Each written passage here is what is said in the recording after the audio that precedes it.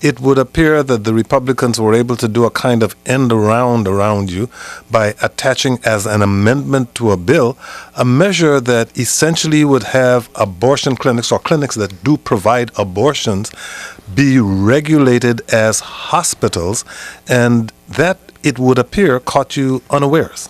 Well, let me tell you, indeed it did. Let me just say this. We'll talk about that. What it did was, and we've had these bills in the Senate and we've killed them.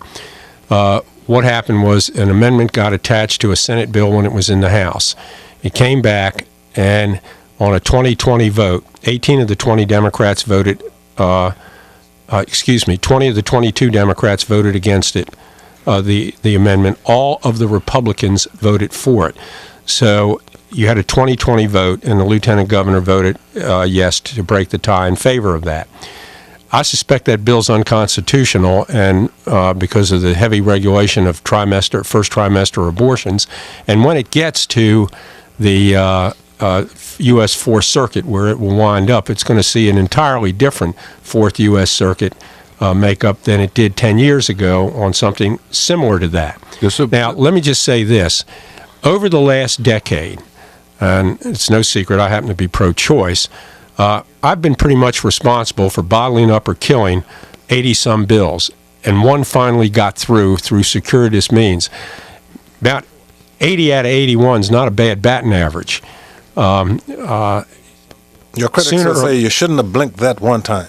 Well, they can say that, and I can't argue with them, but when you consider, all the things that we've prevented from happening, I mean, it would be virtually impossible if all of our restrictions that had been proposed over the last decade had passed, which would have happened if we hadn't had control of Education and Health Committee, which I helped engineer.